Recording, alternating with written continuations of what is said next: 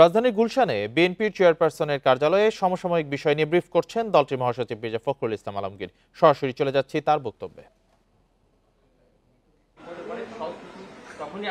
আমি সেটা বলবো না।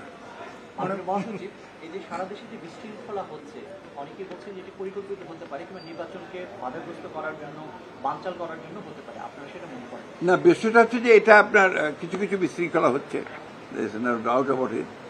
এবং এটাও হতে পারে যে আপনার এটাকে ডেফিনেটলি আপনার ইসের ঘটনা, আপনার গোপালগঞ্জের ঘটনা, এটা ডেফিনেটলি আপনার সঙ্গে রাজনীতি জড়িত, নির্বাচনকে বানচাল করার একটা চক্রান্তের মধ্যে অবশ্যই আছে। আর আপনার এই যে সেক্রেটারিয়েটে ঢুকে পড়া এবং সেখানে আপনার কয়েকজন আপনার ফ্যাসিস্টদের লোকজনকেও আপনার আটক করা দেখা, তো বোঝা যাচ্ছে যে তাদের কিছু কিছু সমস্যা তৈরি করার চেষ্টা এখানে আছে। তো এটা কখনোই পারবে না। বাংলাদেশের মানুষ অত্যন্ত সজাগ এবং সচেতন আছে, তারা সমস্ত প্রচেষ্টাকে, সমস্ত চক্রান্তকে তারা নস্যাৎ করে দেবে। মানে মহাসচিব, ফেব্রুয়ারিতে যে নির্বাচনের টার্গেট, সেই টার্গেট মতো কি সরকার এগুচ্ছে কিনা? আমি তো দেখছি এগুচ্ছে।